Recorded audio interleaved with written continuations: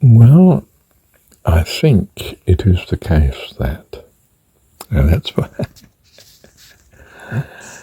how Alistair McIntyre would often talk. Say, it is the case that, which is a very sort of laborious way of introducing something, but in some senses trying to draw your attention to something very specific.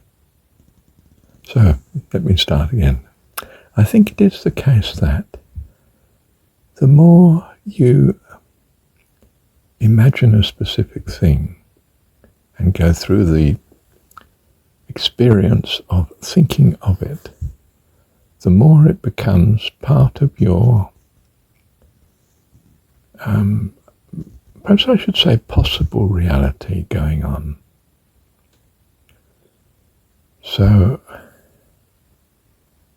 I think of God existing once or twice. Well, it doesn't perhaps necessarily affect my daily life unless it's attached to something that amazingly has happened, like a miracle. You know, an astonishing coincidence that when I asked for, say, healing, a few seconds later, the pain had gone. And, you know, even days later, the trouble's gone. Now, if that is the case, and that might even happen fortuitously, a pure coincidence that I happened to ask for it at precisely the time when, if you like, the body put things right anyway and was going to, or the pain was leaving, or, you know. But I associate the two together, that I prayed and God answered. Wow, perhaps he does exist. Now this may very much impose on my mind, therefore, I experienced a miracle yesterday. I really did? What was it, you know? And you probably review it several times, which again starts to make this view important. Anything that makes something important in your mind starts to steer what else you think of, what else you expect, and what else you do. So, if I constantly think of God is very good to me, very loving and kind, and has been caring for me, and I either get a couple of miraculous experiences, perhaps more than one, or one absolutely major one, I pray for something and it suddenly goes right. Well, there's an astonishing set of coincidences that, but for that, you know, where would I have been? A chance encounter that was just the right person to meet at the right time, which solved a massive problem. It might have been accommodation, or it might have been knowing what the medicine was or the healing was for your loved one, or, you know, miraculously, you got out of the house before it burnt down or something, you know. You cried out to God and my goodness, you found the door was unlocked after all, and you, whatever it was, you know, you've gone through this impact experience which keeps it constantly in your mind. Then it becomes your reality, perhaps in the sort of fantastic sense of your dream is always following what you're thinking. And so you've changed what you're thinking in reality, and therefore reality is also changing to the extent that reality is just a dream. It's just something you with God is thinking, what you're drawing on from God in your experience here. In other words, that what we call reality is simply the dream you keep returning to, and that too responds to very definite convictions. You know, in the dream you might, one of the dreams I vaguely remember, I called out, no! And whatever it was, it woke me up. It didn't actually change the dream, it woke me up into what we call reality, you know. And yes, it's true, I do feel the emotion of the dream, and if you like, whatever it was I didn't want, the fear that this thing would happen, and I was saying no. But it affected the dream, my strong thought. And if we build up a strong thought, for argument's sake specifically here, of God, then that becomes part of your constant reference thought, and you start to change your behavior accordingly. That in some sense you see God is part of your possible reality, and therefore you're actually acting in accordance with it being possibly part of your reality. So you think, well, I would do this, but I know I shouldn't. God wouldn't think much of that, and I've been thinking of God a lot, and if I go through it formally, I'm saying, well, if he does exist, wouldn't like to go against what he wants, and I don't really need to do this anyway, do I? So I start to modify my behavior, you see. Now, put like that, of course, there's nothing strikingly astonishing or miraculous about the theory. The theory is quite mundane, that, well, I didn't know whether God existed or not, and there's a possibility in my mind that he does exist, and he wouldn't like this, and it would be inconsistent with everything that in other ways I do about him, namely having his friendship as a benevolent, all-powerful being of loving kindness. I mean, if that's possible, it's worth considering, so it inclines me to act in a certain way. Well, there's nothing terribly unusual about that theory, is there? But it may be something fantastic, which is that we're all living according to what we are drawing and downloading in terms of thoughts. And if what we call reality is simply the dream that we constantly return to, this is the miraculous extreme argument I'm talking about now, then if I think something strongly in this reality dream, reality changes. So I visualize, passing the exam and doing well, and then I have to think, well, to have done that, I must have worked hard, and I must put more time to revision, and I must summarize that and learn the summary, and which is the most priority. Do you see? Because I'm constantly reviewing my goal, in this case, the goal is affecting my present behavior. You could say again, well, this is quite mundane. Obviously, if I constantly attend to a particular goal, I'm likely to achieve it. Yes. Are you achieving it because you simply in a mundane way start to do everything that's correct towards it? Or do you actually attract a complete change of circumstance thoughts, as in the dream? I shout out no, the circumstance changes dramatically. I wake up. Or I'm thinking, I need to find a way out. And that very thought makes me visualize a conceivable way out. And in the dream therefore responds to what I'm thinking. I find a way out. Well, of course, on review of the dream, you say, well, yeah, because it was a dream. Obviously, if I thought that, and if my thoughts are running the dream, then suddenly I'm thinking of a way out instead of being trapped.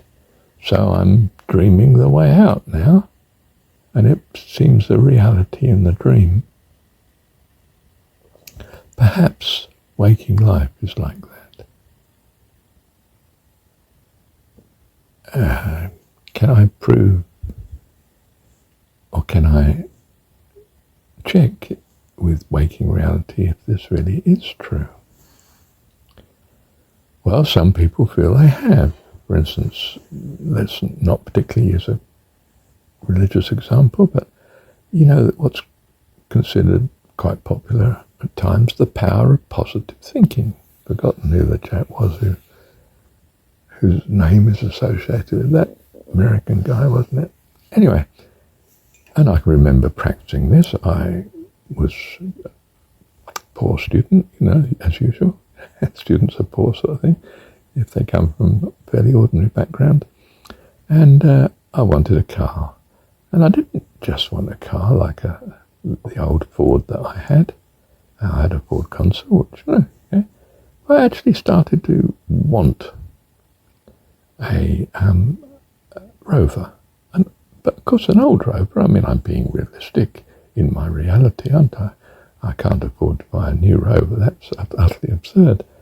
But I could buy a very old one, and perhaps the very old one would be very costly to run because it's heavy on fuel, but I don't do much mileage, and it might be very reliable because it's a good quality car, and perhaps good quality cars last much longer.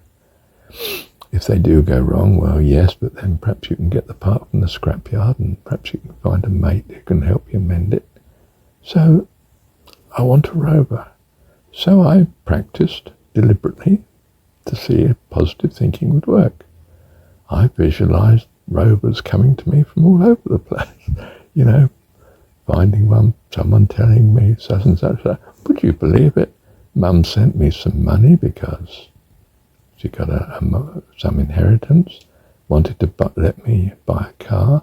So now instead of having, say, for argument's sake, a mere $30 or $40 if I'm lucky, I've got $150 to spend. I think it was possibly a bit less than that. And but Rover cars started to come to me from everywhere. I found one. I went, nice chap who was selling it, nice family man, and I bought it off him. But they continued to keep cropping up. People would say to me, of course, because I'd probably talked about it, oh, so-and-so's got one. Or I'd look and I'd see an advert for one, and I'd just happen, goodness, there's one there too. It's as if Rover cars were coming to me from all over the place. I don't mean I bought any more, I didn't. And I was very pleased with this one, and it lasted me a year or two. And I really was pleased with it. It was the right buy. I didn't do much mileage, When I became a social worker and I had this old Rover, well, that seemed very incongruous somehow to turn up at some poor client's house with this extremely posh car, albeit old. But of course, in people's mind, goodness, it's a Rover. They forget that, well, it's probably only cost, you bought it for a song, because nobody wants a very old Rover if they're posh. Well, unless it's antique, of course. And of course they're thinking, well, it's just going to be a very high cost in running fuel, And it was too heavy on fuel, so I got rid of it in the end and bought a relatively new, very modest car that was going to be economic for a high mileage. And that was a good buy too. But do you see, what I'm saying is that in some sense, my passion for the Rover started to change the reality. Now you could say, oh, well, that's just the mundane consequence. Is it though? Is it? And when I go to a Pentecostal church and, there's the conviction everywhere in the room that, oh, we might get a miracle here because this guy has a healing ministry. And half the room at least is quite convinced he has a healing ministry because all their friends have said, or they've seen it before, or, or he's talked them up. He's convinced them in the very words that he's said. He's obviously utterly convinced he's got a healing ministry, and he's a good chap. So I think he's saying the truth. Do you see the expectations? If the whole room's expecting a healing is what you get. Of course, when the chap goes away who's been healed, he's away from that sort of conviction atmosphere.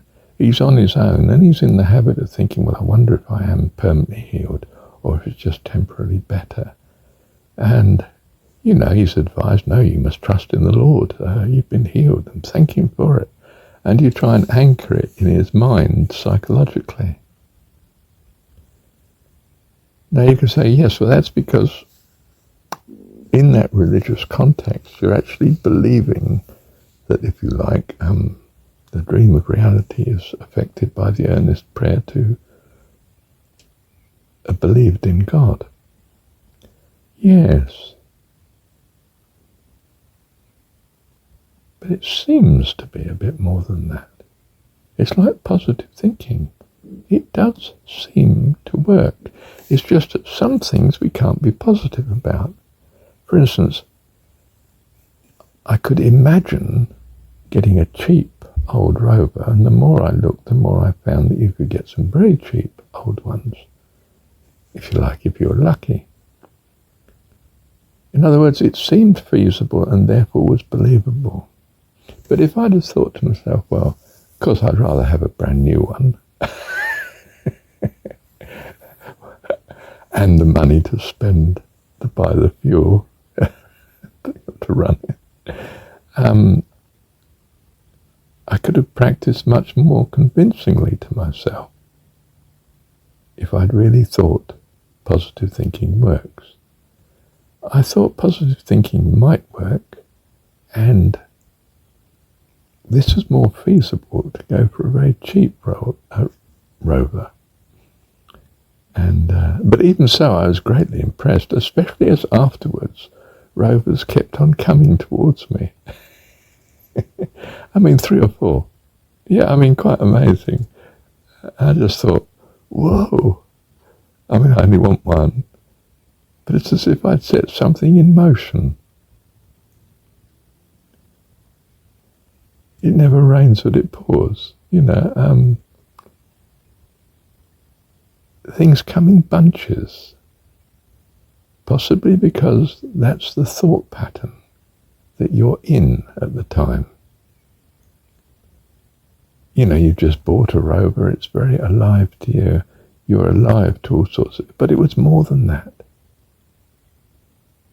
And I think you'll find that answers to prayer are like that.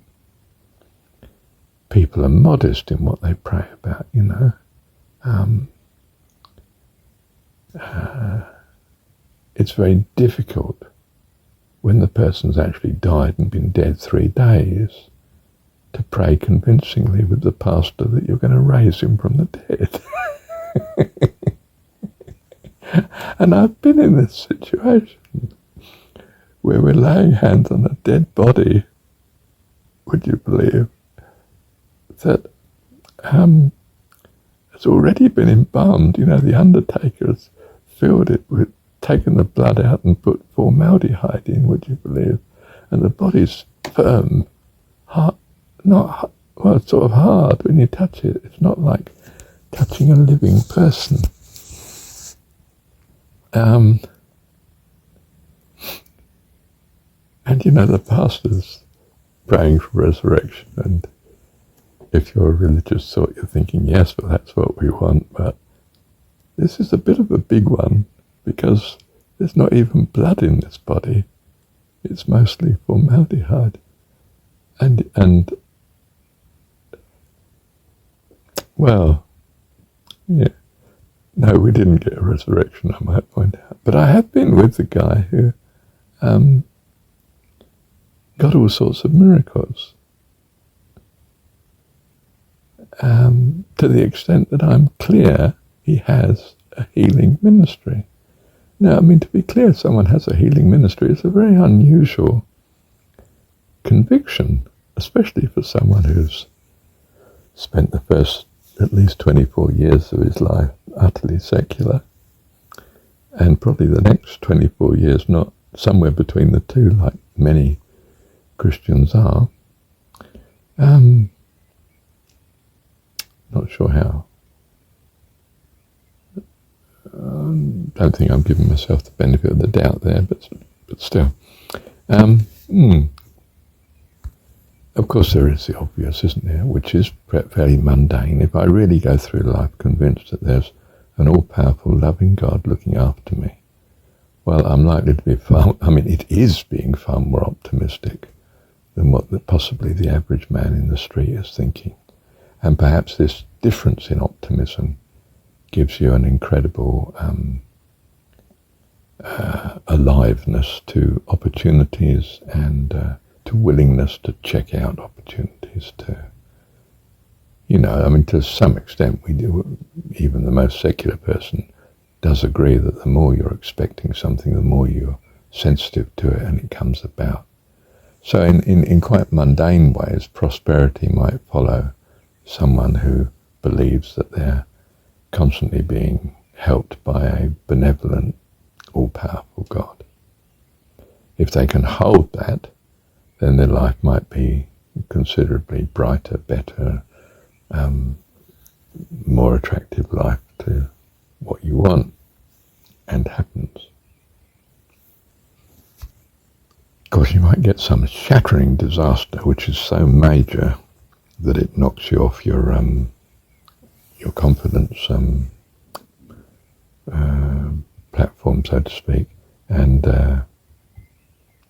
things might start to take a dive in an alternative direction where goodness, shattering things can happen in life, just like Auntie Sarah dying after all, when I prayed for her, and she shouldn't have died, but she did, and suddenly your faith, your trust in the future is shattered, and your future changes accordingly.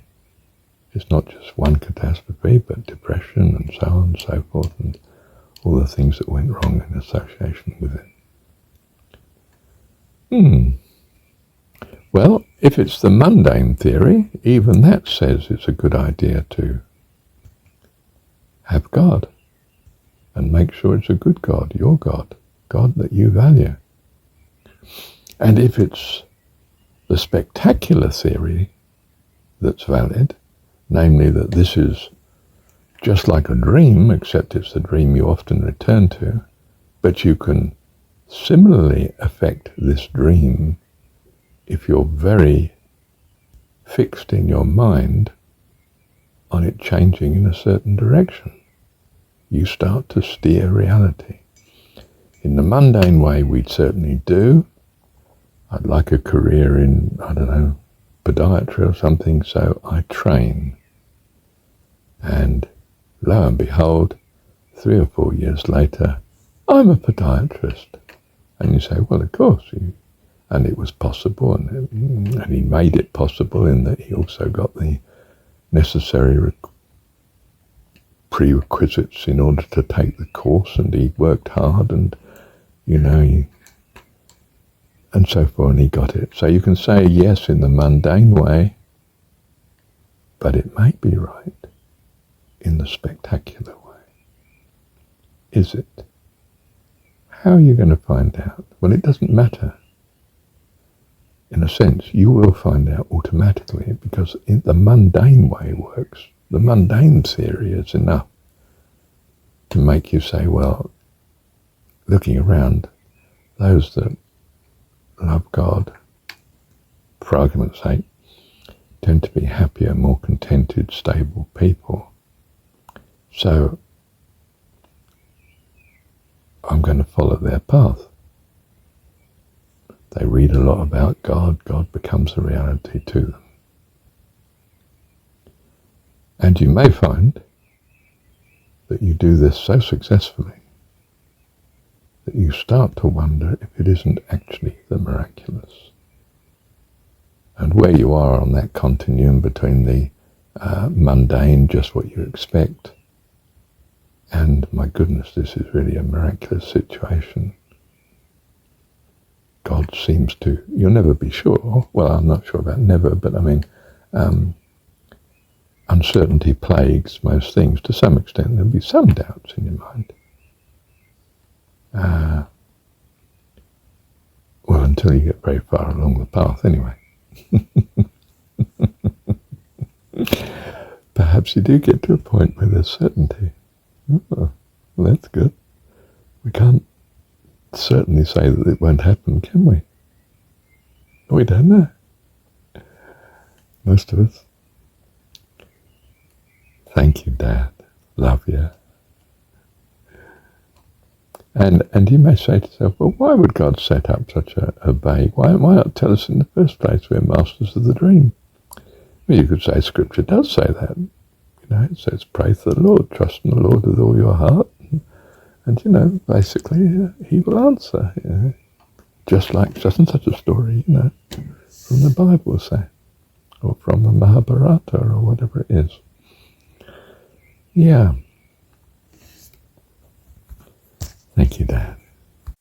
It was slightly different, but since it's happened at the same moment as giving you this recording, this recording's got on 25 minutes. Well, I was halfway through doing some publishing of the YouTube stuff on my computer, so to speak, partway through, and I stopped because I suddenly had this view from what I'm also reading at the minute as I wait for the computer to do something. And suddenly I've rolled off a recording, and I think, my goodness, how much time did I spend on that? It's going to be a long time doing this computing if I do this. And I realised that, it's not just, we're not talking about I just rolled off a 5 or 8 minute recording. It's 25 minutes long. And my conception of time is completely out of sync. I can't believe that I've just been sitting here taking a break in the computing of 25 minutes, sitting in front of the computer but holding my phone, dictating in a thought, and the thought resulted in a 25-minute recording, and I've spent that time necessarily, therefore, at least in doing it. There may have even been times when I was holding the recording while I think of the next sentence, but not much. It tends to flow, like it is now. One thing leads to the next. And I've spent 25 minutes at least, and probably therefore 40 minutes or more, perhaps less, 40 minutes, say. And the time's flown, as we say. You can't believe, if I'd said I shall sit and wait for the computer to do what I want, and it took 25 minutes, I'd be going spare that I've been sitting there that long. And yet 25 minutes has gone as if it were 30 seconds, a minute or so. Our conception of time and how time is affecting us,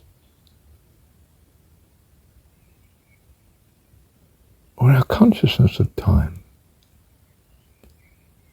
is strange.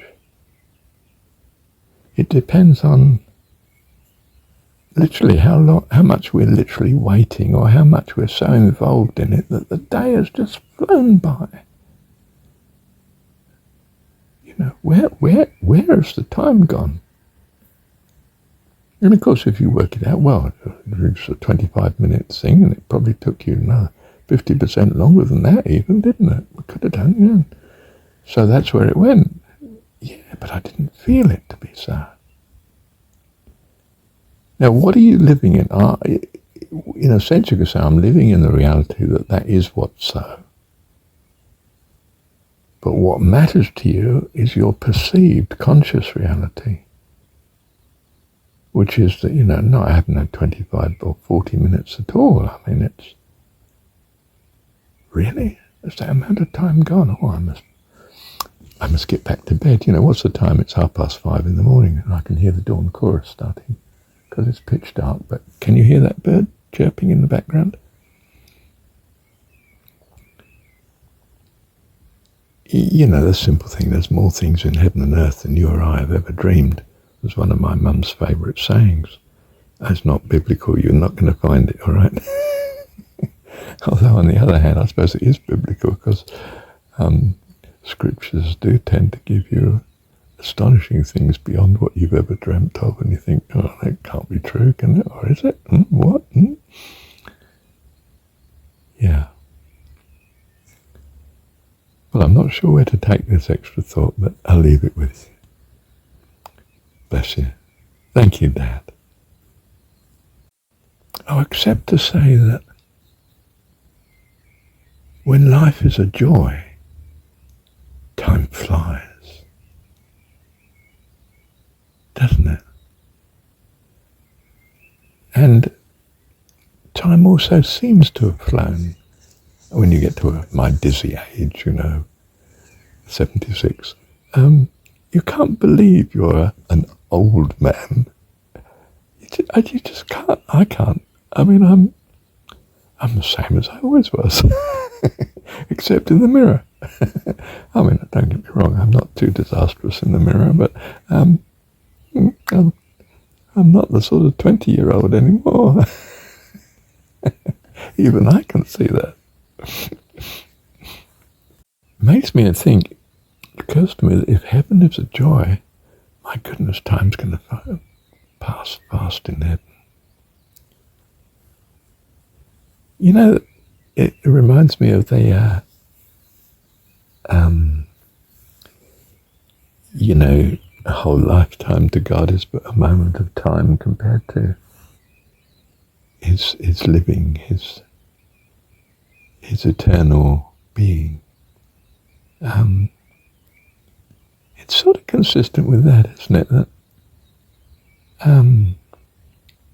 when things are a joy and all fit together and are perfect from your point of view, you're not conscious of time. Perhaps in a way you're not conscious of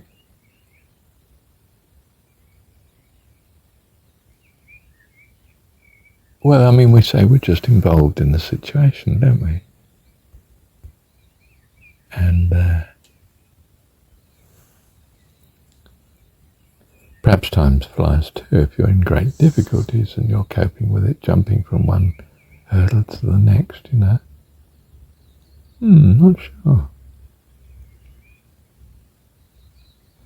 Certainly something like isolation and loneliness is extremely conscious of time. And you know, the hours drag, but it's too early to go to bed. I might just be laying there restless all night. You know, that sort of lifestyle that a person can find they're in. And the hours creep by slowly, slowly. It's possibly not so much, therefore, a function of what's happening, but something happening. If things are happening, then time passes. If things are not happening and you're waiting, you know, I wouldn't have been comfortable sitting here waiting 25 minutes, 40 minutes, say, for the computer to go on to the next thing. In fact, I was so involved, of course, in dictating this recording that I didn't notice when the computer had finished doing what I'd asked it to do, and it normally only takes 20 seconds. 1 minute if things are particularly slow, you know, I mean. And of course, I ploughed on for whatever it was, over half an hour, you know. Yes. Thank you, Dad.